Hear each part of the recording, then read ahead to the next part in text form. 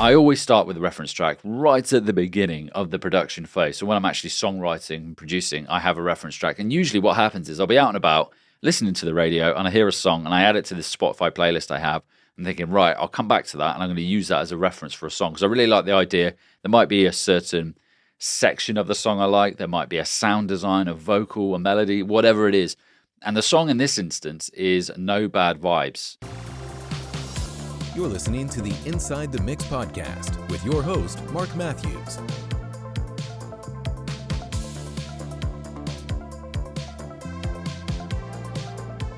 Hey folks, welcome to Inside the Mix. In this episode, I am lifting the lid on one of my favorite kick and bass drum creative techniques, and I use this in my latest single, Half-Life, which dropped at the beginning of May. Click the link in the episode description to give it a spin. Before we do that, if you are a producer or artist stuck in your tracks and you need a bit of help just to break through creative blocks and elevate your sound, then click the link in the episode description and book a free producer potential discovery call with me. Alternatively, you can visit my website, www.synthmusicmastering.com, and together we'll audit your workflow, uncover key improvement areas, and map out one thing you can do right now to move forward. So to schedule your free call with me, jump on my calendar, click the link in the episode description, or visit synthmusicmastering.com. So I was working on my tune Half-Life, and I've got this build section, and I was kind of thinking, you know what, it sounds a bit boring. What can I do with the kick and bass to make it a bit more interesting?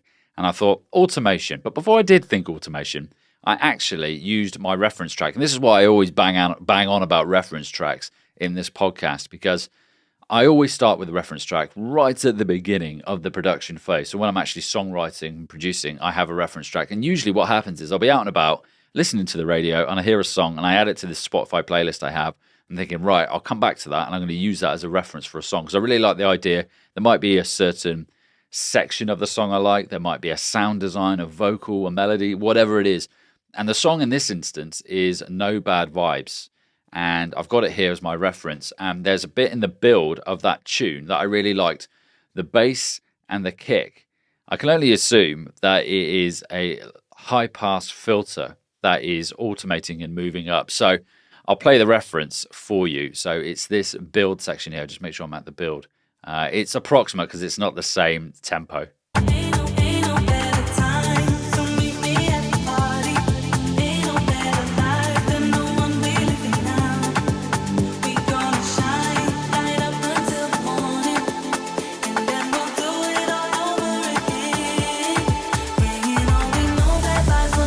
So you can hear there it builds and there is a high pass filter, a low cut. And as it gets towards the end of the build, it's automating and moving up. So we're really only hearing that sort of that high mid-range of the kick drum and a bit of the mid-range of the bass. And then when the chorus kicks in, or the drop rather, you get that emphasis. There's that contrast, that night and day between the two. And I thought, you know what? That's what I'm going to use in my production for Half-Life. So this is what I did. Starting with the kick drum, I've got the Logic Pro basic EQ at the end of my plug-in chain here.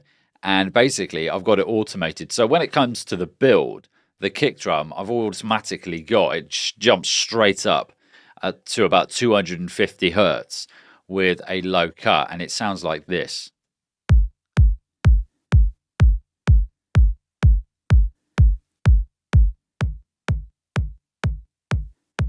Okay, and it does that for half of the build. And then as it gets towards as it gets to the halfway point of the build, I'm then automating it up to 2,000 rather, hertz or 2 kilohertz. So it automates even further up and there's more attenuation of those sort of mid-range frequencies, the low frequencies underneath. So I'll play it from the beginning of the build.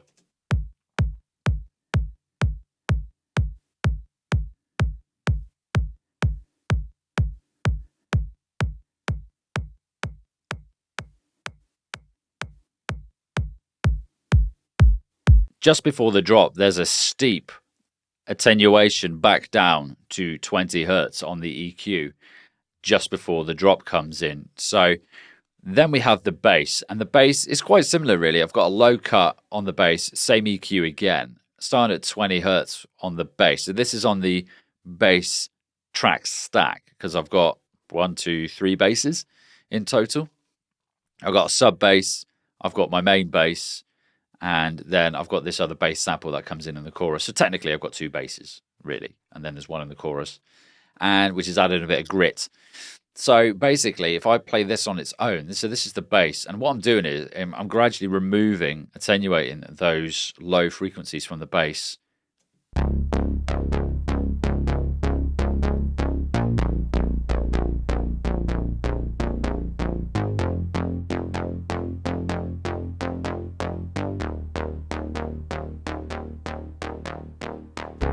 And that's up to 1 kilohertz. You heard there just that other bass sample just coming in there. So if I play the two together, it sounds like this.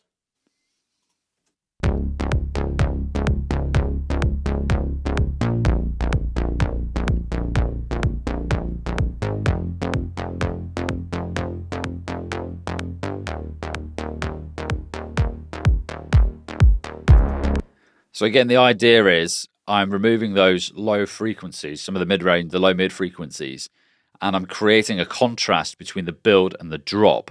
So when we play it all together, which I'll do now,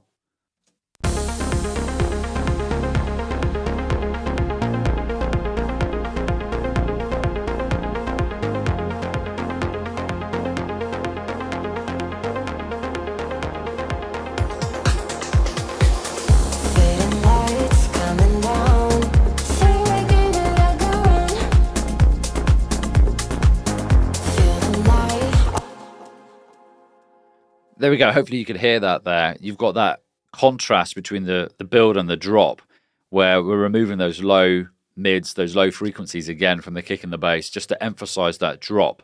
It's probably not as emphasized as it is in the reference track, because I've got that break beat going on just to add a bit of interest, some ear candy as it were, before the drop comes in. But there we go, folks. A quick technique that I like to use. I like to use automation of low cut and high cut, particularly on kick drums and snares as well. I like to use that on, and I'm using it more and more, I find, in the productions that I'm releasing at the moment. So give it a go. Hopefully that has inspired you to play around with automation of high and low cut frequencies.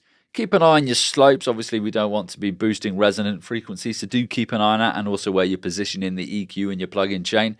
In this instance here, I got it at the end of my plug-in chain on the kick drum, but play around, see what works for you. And also the importance of a reference track, because again, I was not struggling, but I was finding a challenge thinking, how can I make this more interesting? And that's where the reference track really did help me with that. And just as you can see here, if you're watching this, I say see. If you listen, you can't see it, but I'll explain it to you. I've also used the reference track just to give me a guide in terms of fleshing out the different sections of this song.